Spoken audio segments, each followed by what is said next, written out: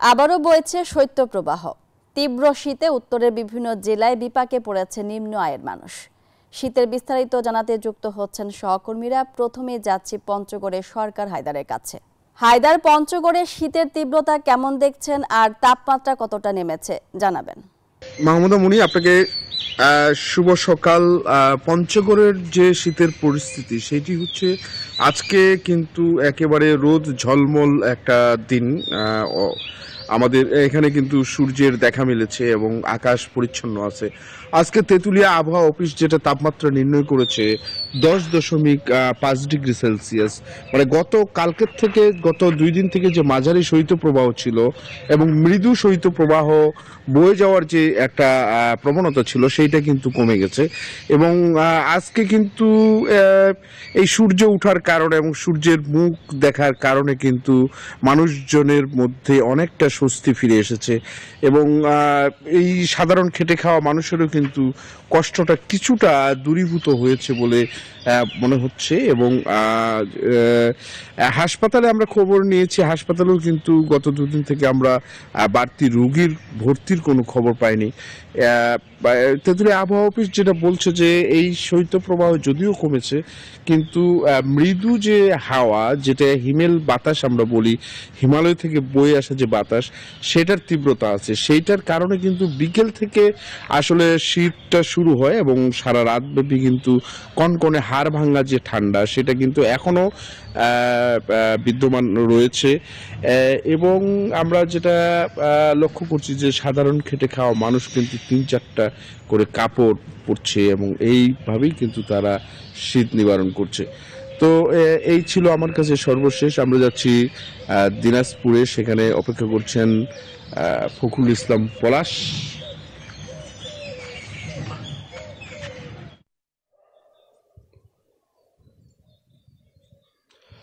ধন্যবাদ হায়দার, আপনি আসলে পঞ্চগড়ের কথা জানাচ্ছিলেন। আমি যদি একটু দিনাজপুরের কথা আপনাকে জানাই যে দিনাজপুরে কিন্তু ধীরে ধীরে কিন্তু তাপমাত্রায় কিন্তু একটু বাড়তে শুরু করছে, অর্থাৎ শীতের যে তীব্রতা সেটি অনেক কিন্তু কমে গেছে বলে কিন্তু আমরা কিন্তু বলতে পারি। এবং গতকালকে যদি তাপমাত্রা আপনাকে বলি, গতকালকে তাপমাত্রা ছিল আবহাওয়া অফিসের তথ্য অনুযায়ী 11.0 ডিগ্রি সেলসিয়াস এবং গত পরশু দিনের তাপমাত্রা ছিল 9.8 ডিগ্রি সেলসিয়াস। আপনি বুঝতেই পারছেন যে গত পরশুর চেয়ে গতকালকে কিন্তু তাপমাত্রা কিছুটা বেড়েছে এবং আজকের যে তাপমাত্রা সকাল 6টায় রেকর্ড করা হয়েছে 13.2 ডিগ্রি সেলসিয়াস। অতএব আপনি একটু বুঝতেই পারছেন যে শীতের যে তীব্রতা সেটি অনেকটা কেটে গিয়ে কিন্তু তাপমাত্রা একটু উপরের দিকে কিন্তু বিরাজ করছে, যার কারণে কিন্তু আবহাওয়া অফিস বলছেন যে এরকম কিন্তু তাপমাত্রা আরও 2 দিন কিন্তু বাড়বে, তারপরে কিন্তু আস্তে আস্তে আবারও কিন্তু তাপমাত্রা নিচের দিকে নামতে থাকবে, অর্থাৎ সেই সময় কিন্তু আবারও সেই আগের যে শৈত্যপ্রবাহ সেটি কিন্তু বিরাজ করবে বলে কিন্তু আবহাওয়া অফিস আমাকে জানিয়েছে। তো পাশাপাশি আমরা দেখছি যে সকাল থেকে একটু মেঘলা আকাশের কারণে অনেক সময় কিন্তু শীতের তীব্রতা সারাদিন যদি মেঘলা থাকে সেই ক্ষেত্রে কিন্তু শীতের তীব্রতা অনেকটাই বেশি উপলব্ধি হয়। এবং পাশাপাশি আপনাকে একটু জানিয়ে রাখি যে মেঘের কারণে কিন্তু অনেক সময় কিন্তু তাপমাত্রা একটু বাড়ার সম্ভাবনা থাকে, সেই ক্ষেত্রে কিন্তু আসলে সেটাই ঘটেছে।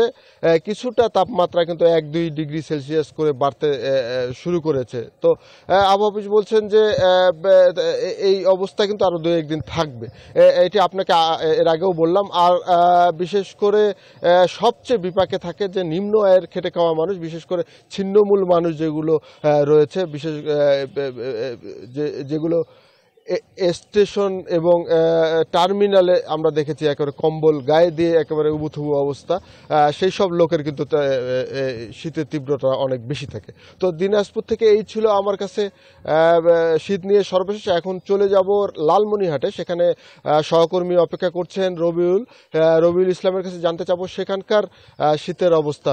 রবিউল, একটু জানাবেন।